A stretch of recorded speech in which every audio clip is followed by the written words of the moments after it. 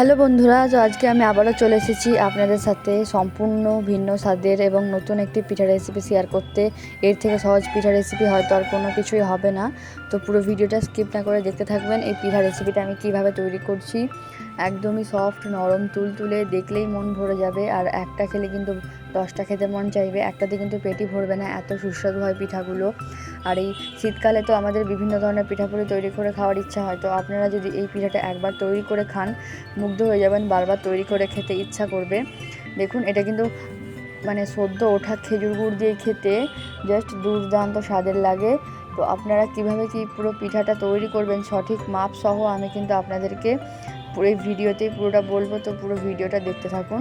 দেখুন, প্রথমেই আমি এখানে 3 কাপ পরিমাণে আমি চালের গুঁড়ি নিয়ে নিয়েছি। আমি কিন্তু এখানে শুধুমাত্র চালের গুঁড়ি নিয়েছি, এর মধ্যে কিন্তু কোনো ময়দা আমি অ্যাড করছি না আপাতত। এর মধ্যে আমি 1 চিমটি পরিমাণে লবণ দিয়ে দিলাম। এরপর দেখুন, যেখানে ফুটন্ত জল নিচে দেখতেই পাচ্ছেন আপনারা, জলটা কিন্তু ফুটছে। তো এবারে ওখান থেকেই আমি অল্প অল্প করে জল একটা পাত্রতে তুলে নিয়ে এবারে এর মধ্যে দিতে থাকবো।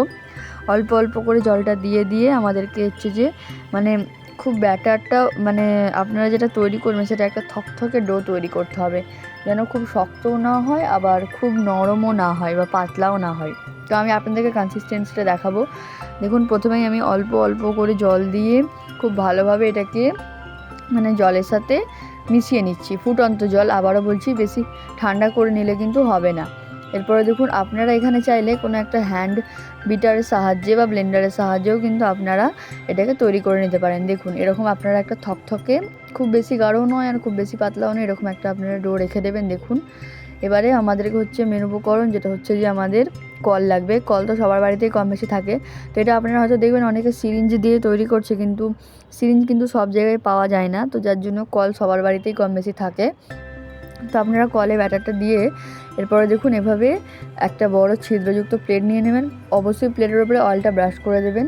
এরপর দেখুন, পিঠাগুলো একটু একটু ছোটো ছোটো শেপ করে আপনারা দেবেন। একেবারে বড় বড় করে দেবেন না, ছোটো ছোটো করে দেবেন। একটা প্লেটে 4টে থেকে 3টে ধরে যাবে ঠিকঠাকভাবে। আর নিচে কিন্তু জলটা ফুটিয়ে নিয়েছিলাম আগে। পিঠাগুলোকে কিন্তু আমাদেরকে ভাপাতে হবে। এটা কিন্তু এক টাইপের ভাপা পিঠা আপনারা বলতে পারেন।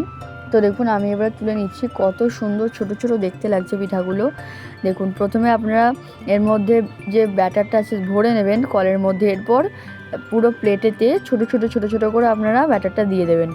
দেখুন, দেখতে তো অসম্ভব দুর্দান্ত লাগছে আর খেতেও কিন্তু খুবই সুস্বাদু হয়। আমি কিন্তু আপনাদেরকে দেখিয়ে দিচ্ছি, যেহেতু ছোট ছোট, তো একটা পিঠা ভাপাতে আপনাদের প্রায় ওই 2 মিনিটের মতো সময় লাগবে।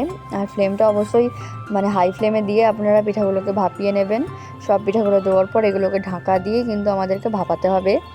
দেখুন, আমি কিন্তু আরও একবার দিয়ে দিচ্ছি। আমার এইভাবে দেখানোর, বারবার দেখানোর উদ্দেশ্যই হচ্ছে যেন আপনারা ঠিকঠাকভাবে দিতে পারেন, কোনো ভুল যেন না হয় দেওয়ার সময়।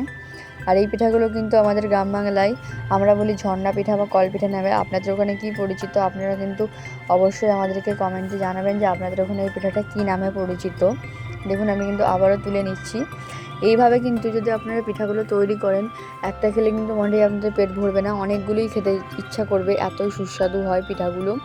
আর এটা কিন্তু মানে একদমই ঝামেলাহীন পিঠা। শুধুমাত্র চালের আটা দিয়ে আর নুন দিয়ে কিন্তু আপনারা তৈরি করে নিতে পারবেন পিঠাটা। দেখুন শুধু পিঠাটা দেখতে কতটা সুন্দর হয়েছে। আর আমি কিন্তু পাশে গুড় দিয়ে এটাকে সার্ভ করেছি।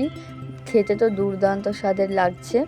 এবারে দেখুন, আমি আপনাদেরকে একটা তুলে দেখিয়ে দিচ্ছি চারিদিকটা কেমন হয়েছে। এটা কিন্তু যদি আপনারা 2 দিনও রেখে দেন না ঠিকঠাকভাবে, একইভাবে কিন্তু সফট থাকবে এবং মুখে দেওয়ার সাথে সাথেই কিন্তু মিলিয়ে যাবে। এতটা পরিমাণে সুস্বাদু হয় পিঠাটা। দেখুন, আমি আপনাদেরকে দেখিয়ে দিলাম কতটা পরিমাণে সফট হয়েছে। এবারে কিন্তু আপনারা যদি গুড় দিয়ে এটাকে খান, দুর্দান্ত স্বাদের লাগবে জাস্ট। এবারে দেখুন, আমি আপনাদেরকে ভেতরটাও ছিঁড়ে দেখাচ্ছি। যেহেতু আমি ঠিকঠাকভাবে ভাপিয়েছি, তার জন্য কিন্তু সবকটাই খুব ভালোভাবে কুক হয়ে গেছে। আর আপনারা যদি হাতে মুড়ে দেখবেন আবার আগের শেপেতেই চলে আসবে। তো ভিডিওটা দেখার জন্য ধন্যবাদ। চ্যানেলটাকে সাবস্ক্রাইব করে অবশ্যই পাশে থাকবেন।